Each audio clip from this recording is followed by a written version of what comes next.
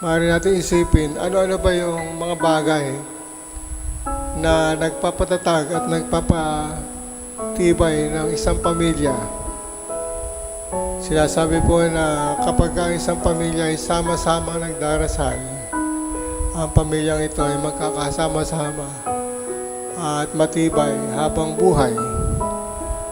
Ngunit kapag ang pamilya ay nagkakawatak-watak dahil sa kanilang interes, tulad halimbawa sa kasalukuyan, makakita tayo ng mga pamilya na hindi na nag-uusap, hindi na sabay-sabay kumain, hindi na sabay-sabay magdasal.